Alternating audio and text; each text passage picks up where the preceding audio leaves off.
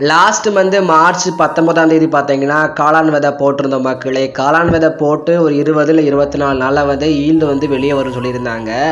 நாங்கள் பார்த்தீங்கன்னா மார்ச் 19ஆம் தேதி போட்டு இப்போ பார்த்தீங்கன்னா நம்ம ஏப்ரல் 18 ஆயிடுச்சு. கிட்டத்தட்ட 30 நாள் ஆக போகுது. காளான் வந்து பார்த்தீங்கன்னா மொட்டாவே இருந்துச்சு மக்களே. பயத்தோடு தான் நாங்கள் இருந்தோம்.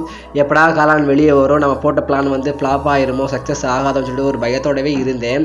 எப்பயும் போல் பார்த்தீங்கன்னா காலையில் வந்து தண்ணி ஸ்ப்ரே பண்ணலான்னு சொல்லிட்டு வந்துட்டேன் மக்களே. பார்த்தீங்கன்னா 2 இடத்துல வந்து மொட்டு வந்து ரொம்ப பெருசாயிருச்சு. மொட்டு பெருசாகுமே மக்களே பார்த்தீங்கன்னா ஹாப்பி ஆயிருச்சு. 2 வாரமாக ஒரே மாதிரி இருந்துச்சு மொட்டு. ஒரு இம்ப்ரூவ்மெண்ட்டுமே இல்லை.